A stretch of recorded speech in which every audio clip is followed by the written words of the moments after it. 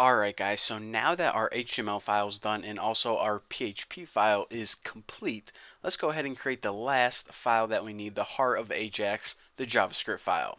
So go ahead, File, New, and we'll just go ahead and save this as, I'll save it as foodstore.js,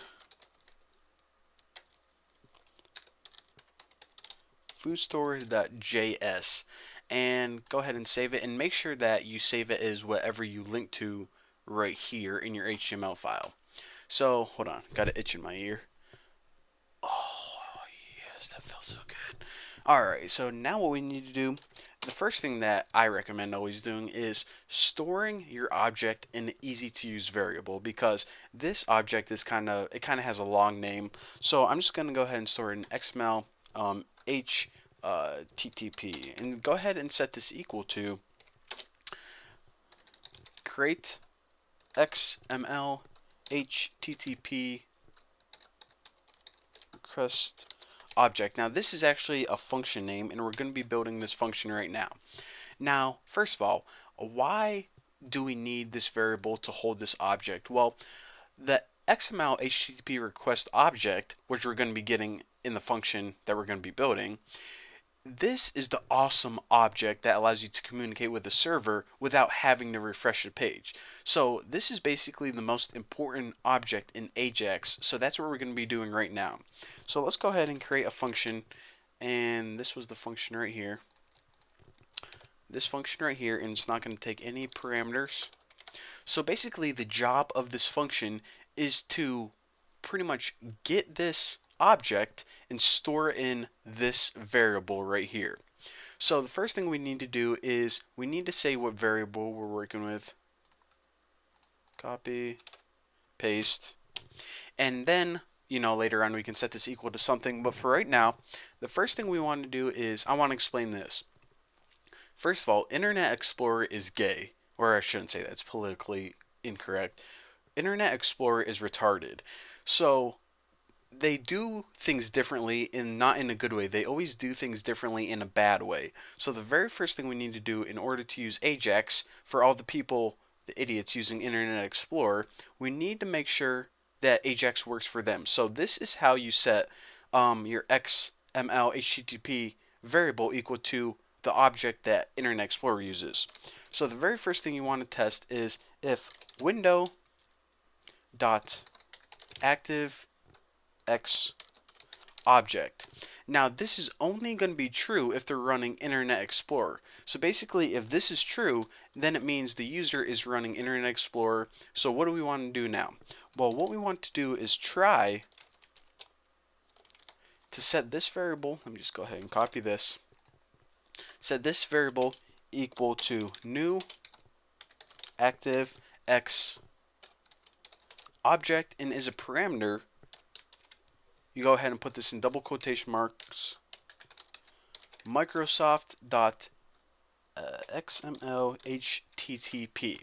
So basically this is how you set this variable equal to an object if the user has Internet Explorer, and if not, then you can just go ahead and catch all your errors and just go ahead and set it equal to false.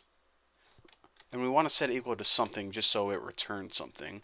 So set this equal to false. So this, of course, if they're running Internet Explorer and they can't even set the variable equal to something, then they should probably just go out and buy a new computer.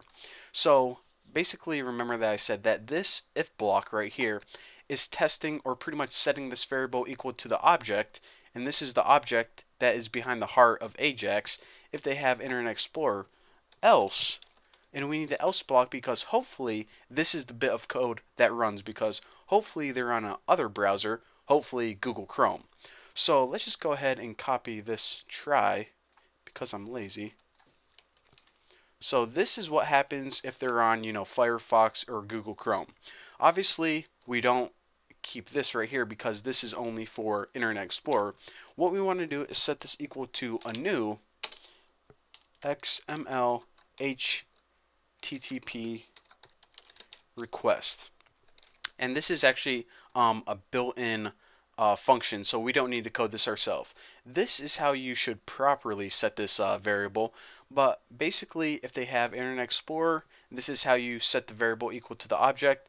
If not, then this object is the one we want to use. And remember, like I said, this is going to be set equal to the variable in this line right here, and this is the object that's responsible for communicating with PHP or communicating with the XML behind the scenes that the user doesn't see.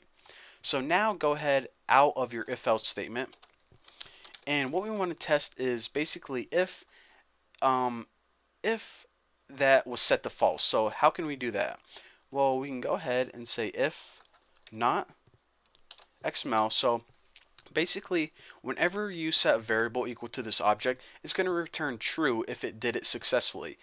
If not, it's going to return false, or if you had one of these errors, it's going to return false. So basically, if you couldn't set the object, then we just go ahead and get an alert just to let the user know that, hey, something's wrong.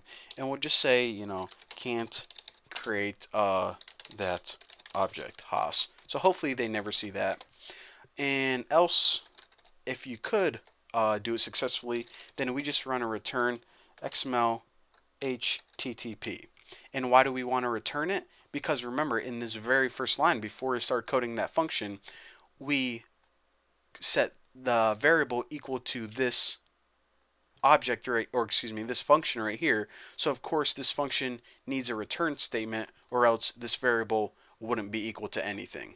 So basically that's the very first function, and you're going to have this function in all of your AJAX programs. So make sure that you pretty much only have to code this one time, and I'm going to be only coding this one time, but for the rest of these tutorials, all of the AJAX functions, all of the AJAX programs are going to use this function right here.